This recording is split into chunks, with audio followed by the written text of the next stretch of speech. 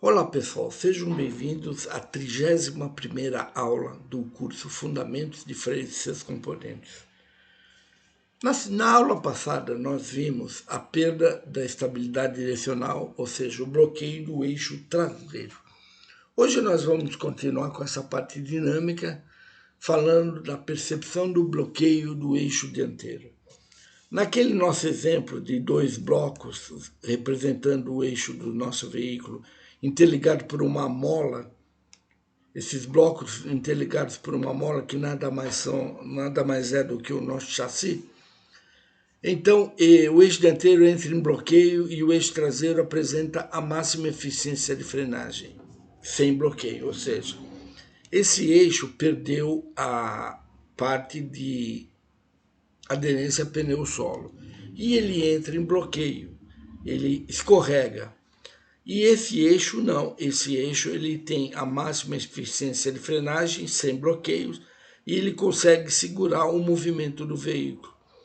E o que você observa? Quando esse eixo está freando e esse eixo está bloqueando, você tem tendência a distender essa mola.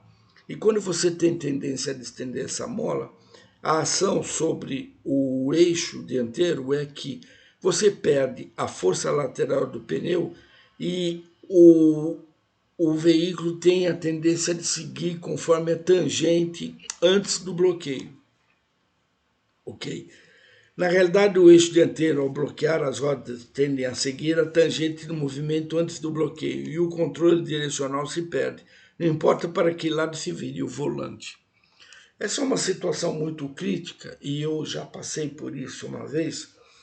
Eu tinha um Astra e esse Astra tinha um freio que ele dava muita participação de eixo dianteiro e pouca participação do eixo traseiro, que era um freio tambor. E eu estava indo para o AMB e na realidade estava chovendo bastante e eu entrei numa curva e eu fiz o seguinte, eu pisei nos freios para diminuir a velocidade e aí também tinha um pouquinho de óleo na curva e eu perdi a aderência do pneu dianteiro. E aí ele bloqueou, seguiu a tangente no movimento e eu bati a roda dianteira esquerda na guia, que me custou uma grana legal, porque era uma roda de 16 polegadas, eu tive que reformar ela. E além disso eu quebrei a bieleta, entortei a bandeja e aí foi o prejuízo. Mas eu mesmo tive essa experiência de bloqueio dianteiro inadequado, ok? Então, o que teoricamente é o bloqueio do eixo dianteiro, agora em termos teóricos, né? É a perda do controle direcional. O que era a perda de estabilidade, que você ia para um lado, como eu mostrei no caminhãozinho, de um lado para outro, por causa da perda da força lateral do pneu, no bloqueio do traseiro. O bloqueio dianteiro é a tendência do eixo dianteiro seguir o movimento retilíneo da tangente antes do bloqueio. Mas na realidade é o seguinte, quando há mais torque de freio dianteiro do que peso dinâmico no eixo dianteiro. Ou seja, no meu caso eu tinha um carro que tinha 80% do torque de freio no eixo dianteiro e 20% no eixo traseiro, que é mais ou menos o balanceamento de frenagem dos nossos carros aqui no Brasil, que tem freio a tambor traseiro. Ele se resume a ter 20% no máximo, 25% do balanceamento de freio traseiro.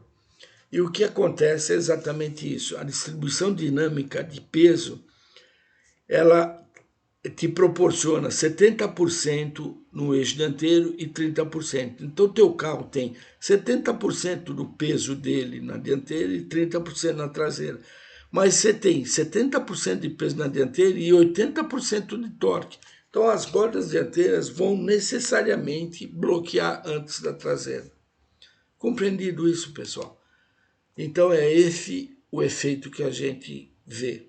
A gente vê o volante girado todo para a direita e, na realidade, você tem a tendência a seguir o movimento da tangente antes do ponto de bloqueio e o carro vai reto E isso daí foi o que aconteceu com o meu Astra. E isso também acontece muito nas estradas em curvas fechadas e tudo mais. E também pode acontecer em linha reta. Ou seja, você está numa estrada, usa o recurso do freio, as rodas dianteiras travam, e aí você joga o volante para a direita e joga o volante para a esquerda, e o carro está em linha reta e você não evita bater no carro parado na frente. O ABS, pessoal, o ABS, ele melhora a distância de parada porque ele evita o escorregamento das rodas, ou seja, o bloqueio das rodas. Mas o grande advento do ABS é que você tem o carro na mão. Você não perde o controle direcional numa frenagem brusca, numa frenagem de alto G. Você, na realidade, quando vem o obstáculo e aplica o ABS, como ele evita o bloqueio das rodas, você pode ir para a direita e para a esquerda e fugir de uma situação difícil no trânsito, evitar o atropelamento de uma pessoa, evitar bater num carro e assim vai. Esse é o fator premium do ABS, ou seja, é você evitar essa perda do controle direcional. Você tem o teu carro na mão, ok? No equilíbrio de frenagem, ele se dá quando você alcança o torque de freio igual à distribuição dinâmica de peso. Ou seja, sem frenagem, você tem a distribuição de peso. Frenagem severa, você tem aí toda a transferência, né? 20% do eixo traseiro vai para o eixo dianteiro, então você tem 80% de frenagem no eixo dianteiro e também tem a distribuição de peso de 80% no eixo dianteiro. Então você tem o equilíbrio de frenagem, você não vai ter bloqueios de rodas antecipados. Bom, eu fico aqui na 31ª aula, porque na 32ª vem muito mais informações que são interessantes para todos nós, tá bom? Obrigado, pessoal. Um abraço e fique com Deus.